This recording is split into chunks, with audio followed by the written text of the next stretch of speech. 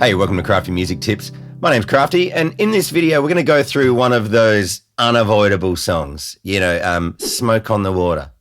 Unavoidable. Sunshine of Your Love. Unavoidable. Whether they're ones that you actually like or want to play or not, you know, they're out there for the takings because they're just classics. And this one is no exception. Knockin' on Heaven's Door, originally by Bob Dylan. Some might think Guns N' Roses, perhaps. Either way, let's check out how to play it. Now, depending on which version you do, you need up to 4 chords, which are G, A minor, C, and D. Now, either the A minor or the C may not be used. Let's discover why. If you're playing the Bob Dylan version, let's start with the original. You need all 4 chords. It goes in this order.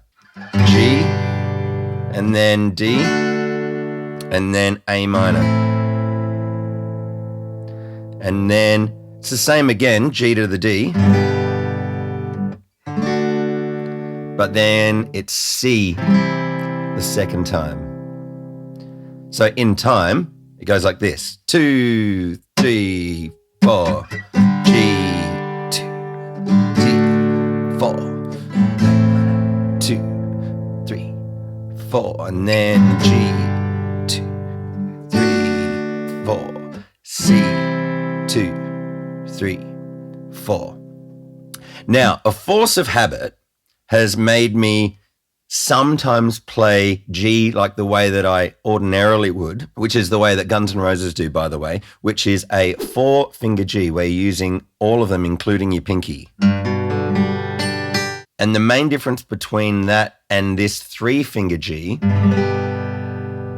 which doesn't use your pinky, that's the one that Bob Dylan uses. And so as I was playing that just then, I realized, I was chucking in the Guns N' Roses 4-finger type of G chord. Now, why would I do that? And why would Guns N' Roses use that one and not Bob Dylan and so forth? Well, basically, the reason why Bob Dylan would be playing the 3-finger G is not necessarily just because he can't play the 4-finger G or he doesn't like his pinky or he's only used to that, but it has a particular sound to it. It just sounds a little bit more, let's say, country, compared to the 4-finger one. You might say, I don't even really hear a difference. What are you on about? But the 4-finger G definitely has a different sound to it if you really listen closely. You might say it's more contemporary or even more rock, as opposed to the 3-finger G chord. Now, the Bob Dylan way, if you listen really closely, he's playing the 3-finger way. And to move to the D chord, even though you might be used to playing it this way and it might be easier for you, in order to move to a D chord, you have to move this 3rd finger, this ring finger, from the high E string down to the same fret, but on a different string, on the B string. Whereas if you're playing from G with a 4-finger, look, it's already there. So you don't need to move it. You can kind of pivot. So that finger doesn't move, and G, D becomes potentially a lot faster. Now, onto the Guns N' Roses version, which, by the way, is in E-flat tuning. So if you want to be playing along with Guns N' Roses, you got to tune down to E-flat, which is every string 1 semitone lower. Now, the biggest main difference between Bob Dylan's and Guns N' Roses version is mainly in the Guns N' Roses version, it's just the second 2 bars of the Bob Dylan version, which was G, D, and then to a C chord. So there's no A minor, not in the main sections anyway. In the intro and the choruses, it's all G, D, C the whole time, and the solos as well. Now, when you get to the verses, when Axl starts singing, it is the Bob Dylan version. But have a listen to what it sounds like without the A minor.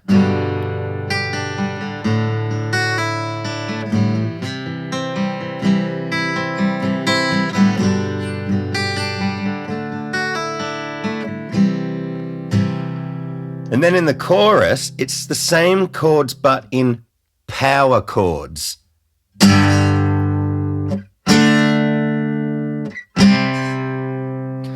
On an acoustic guitar, really doesn't quite rock as much, but you get the picture. They're the same notes.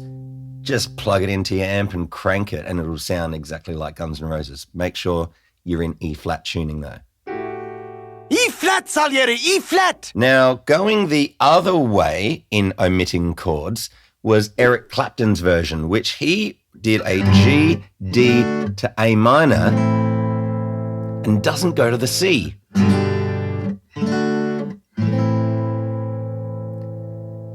Now, there's another thing that Eric Clapton did as well, which is he doesn't really play any rhythm on beat 1 because he's giving it a reggae feel. If you're not familiar with the music style reggae very much, well then basically you avoid beat 1 as much as you can.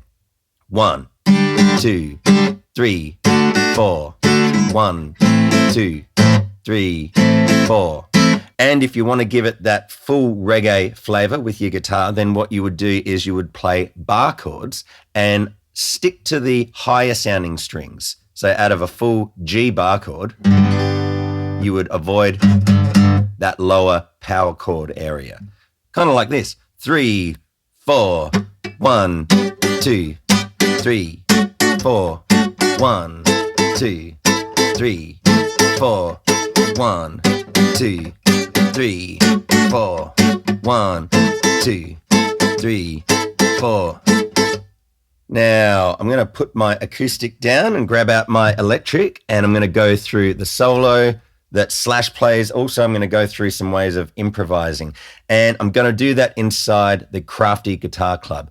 Come along and join me inside the Crafty Guitar Club. It's free for the first month's membership, so if you want to just check it out before you actually need to start paying a monthly fee, well then you can pretty much do it while the offer is open. How can I lose? So if you want to know what you get inside the Crafty Guitar Club, go check out craftyguitarclub.com. It'll give you all the details about the different types of uploads that there are and the different types of live sessions where you get to access me and hang out with a bunch of other people that are like-minded guitarists like you.